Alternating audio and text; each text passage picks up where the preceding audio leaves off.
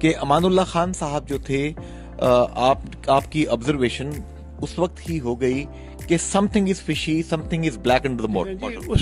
उसमें बाकायदा यानी लेटर ऑन उस पर बाकायदा इन्वेस्टिगेशन हुई और हमने एक चार्जशीट तैयार की हुई है। वो चार्जशीट है कि अमानुल्लाह ने कैसे तंजीम को सेकुलर बुनियादों से हटाकर मजहबी रंग दिया, एक फिर यह उन लोगों के साथ पाकिस्तान में आकर राब्ते कायम किए जो कैदो बंद में माजरा शुमारी के लीडरान को जिन्होंने अजीतें दी, उनसे राब्ते किए और वो रिकॉर्ड में है चीज़ें।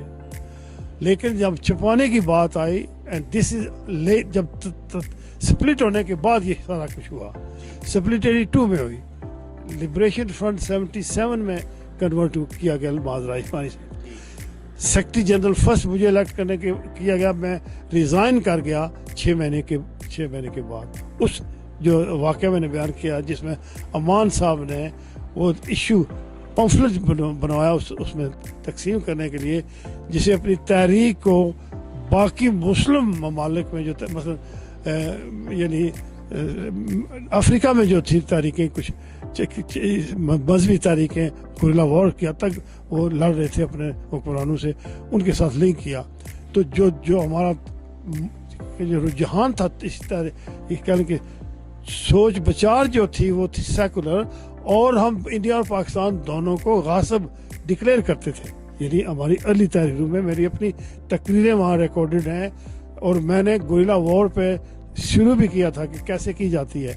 इन्होंने शुरू किया जी कि हमें जब तक गुरिल्ला वॉर अपनाएंगे नहीं उस वक्त तक हमारी यानी आज़ादी की स्ट्रगल आगे नहीं जाएगी।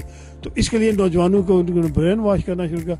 मैंने कहा ये गुरिल्ला वॉर कोई इससे political war through military means, और सिर्फ वो लोग करते हैं जब एक मुत्तहिदा महाज होता है, कौम की 75-80% आबादी दोनों तरफ है, उनको सपोर्ट करती है, तब जाके वो, और फिर वो जो गुरिल्ला वॉर की यानी प्लानिंग होती है वो शहरी इलाकों में नहीं होती है, अवाम जहाँ होते हो नहीं, वो जंगलों में होती है।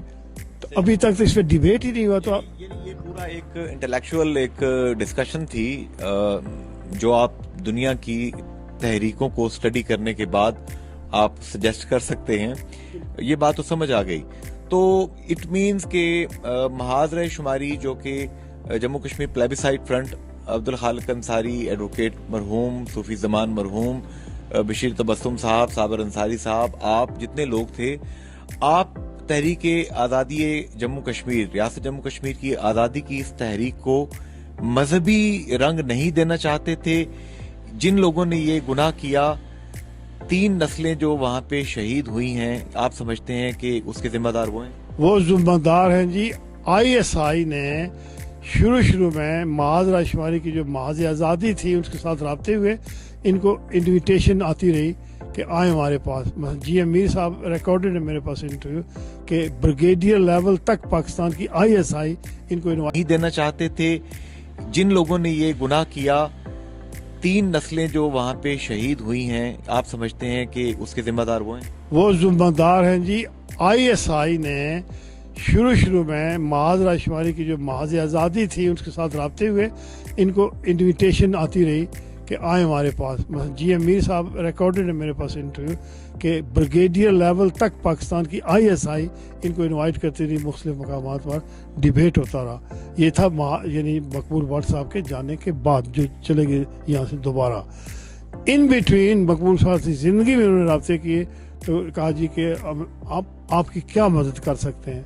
वो एक ही बात थी उनकी, सिर्फ और सिर्फ हमें आर पार जाने की इजाज़त दी जाए, ये फैसिलिटेट करें, बाकी सारा काम हम खुद करेंगे, नौजवानों को हम ट्रेन करेंगे, और कैसे शुरू करेंगे, क्यों करेंगे, प्लानिंग क्या होगी, इंटायरली हमारी होगी, ताकि तहरीक इंडिजिनस रहे, कोई मुदाखलत ना हो। दुनिया में हम ये कहें कि ये प्योरली कश्मीर के रियासती बाशिंदों की तहरीक है, ये प्रॉक्सी नहीं है, ये प्रॉक्सी नहीं है।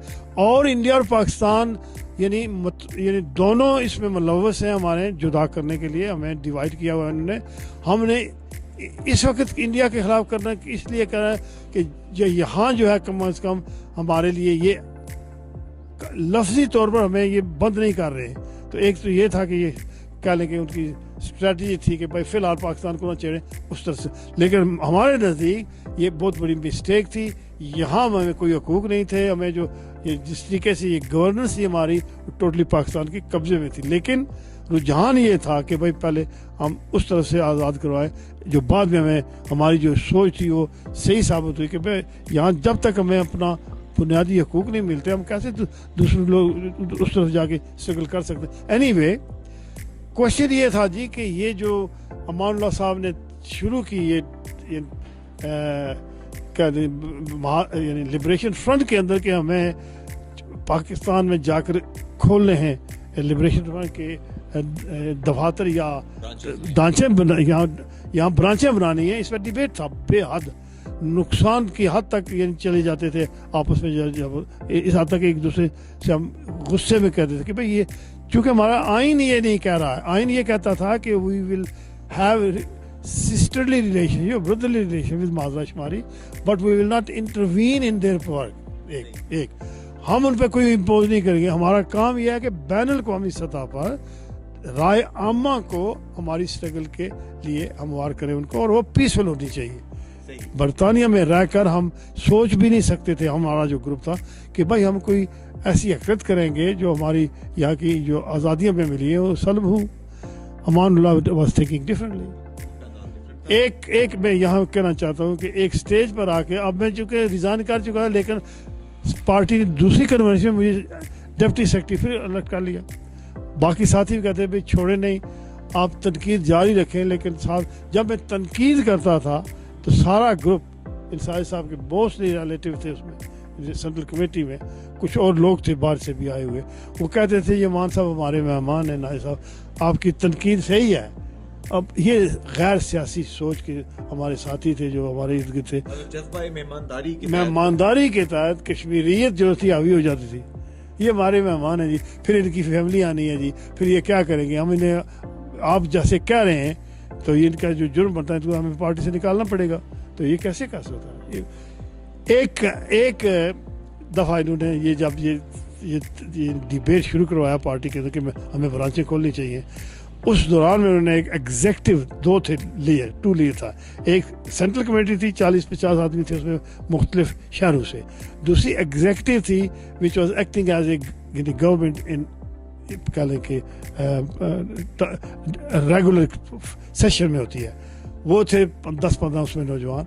और उस वक्त ब्रैडफोर्ड के थे लॉर्ड मेयर जो पहले हुए अपने अजीब साहब, मोहम्मद अजीब साहब, वो भी उस एग्जेक्टिव के मेंबर थे और हमारे साथ सेंट्रल कमेटी में भी बैठते थे, वो भी आए हुए थे। और मतलब कोरम था तकरीबन 15 में से 10-15 आदमी मौजूद थे। तो अमान साहब ने कहा जी कि हमें आइंदा हमारी स्ट्रेटजी ये होनी चाहिए कि पाकिस्तान के खिलाफ 25% हम करें तनकीद और इंडिया के खिलाफ 75% बुछाड़ करें। ये अमान ऑनेस्टली मैं कह रहा हूँ कि ये हकायक है जो मैं बयान कर रहा हूँ, ये आप अजीब साहब जिंदा है। तो मैंने कहा जी अमान साहब ये जो आपने ये जो बंदर बांट की है यानी परसेंटेज की, ये कौन सा फार्मूला किया आपने। मतलब दुनिया के जो कवानीन जो बात कहते हैं, जो जस्टिस बात कहता है कि आप यार्ड स्टिक आपकी बराबर होनी चाहिए सबके लिए। जनाब नज़ीरुल हक नादिश साहब से गुफ्तगू का सिलसिला जारी है। जम्मू कश्मीर लिबरेशन फ्रंट कैसे बनी, अमानुल्लाह खान मरहूम जो थे, तारीख के पेपर्स के ऊपर उनका कैरेक्टर क्या था, प्लेबिसाइड फ्रंट, जम्मू कश्मीर महाजरा शुमारी को तोड़ने वाले, नुकसान पहुंचाने वाले लोग कौन थे, तहरीके आज़ादी रियासत जम्मू कश्मीर को